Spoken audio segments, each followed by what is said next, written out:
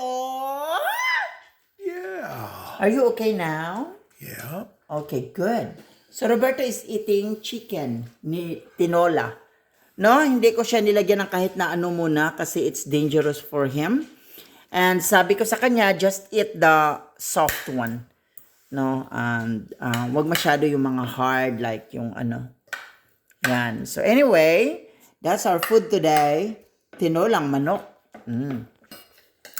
O diba? So ano pa inaantay natin mga langga? So, sabi nila, pumayat daw ako ng very light, which is, diba, perfect.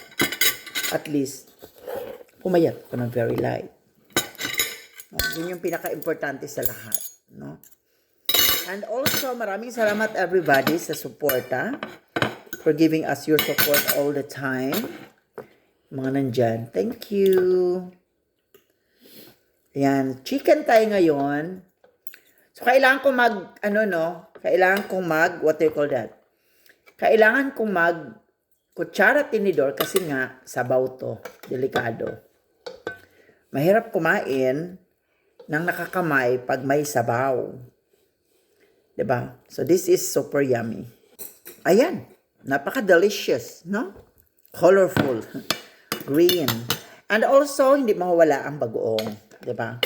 Kasi I always love this bagoong, guys. Coming from Filipina Hockey Mom. Sarap ng bagoong na to from MQ. Grabe, napaka-perfect. Napaka-lasa talaga. You will love it, no? Talagang perfect ang lasa ng bagoong na.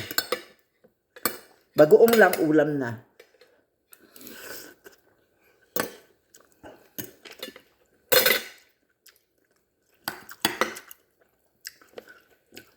Super delicious. Diba? Super love it a lot. Good. Lummy. Lami? Lummy. Lami panggidi ay. Oh, chew it all ha. Chew it carefully. Yan. Diba? So nagluto ako ng may sabaw guys kasi nga si Roberto kailangan niya ng mga ganyan. May sabaw na pagkain para perfect ang kanyang food, no?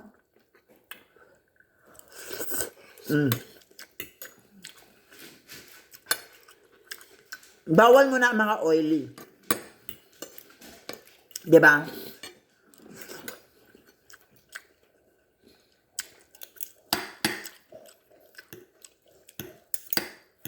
Kaya, let's always pray for our, all the time. Kailangan palagi tayong healthy. Health is always our wealth.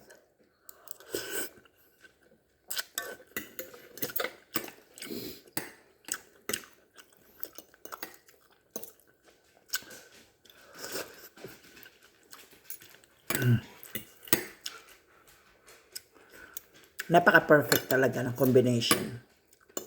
Kasi ang iba mahilig sa patis. Ako naman mahilig ako sa bagoong. Kaya lang ito, sweet.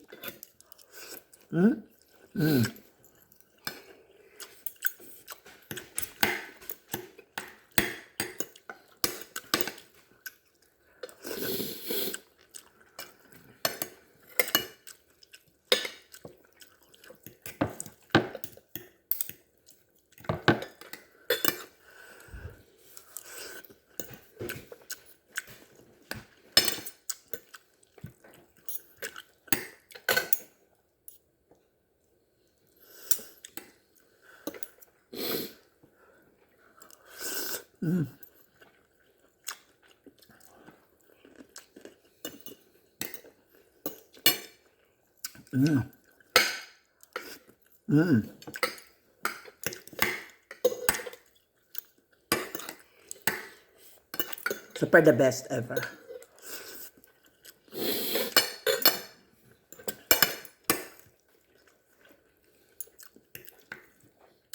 So thank you everybody. We love you and thank you for all the support all the time. So we are once again. Lab, makulay, nabuhay, USA Live. We love you everyone.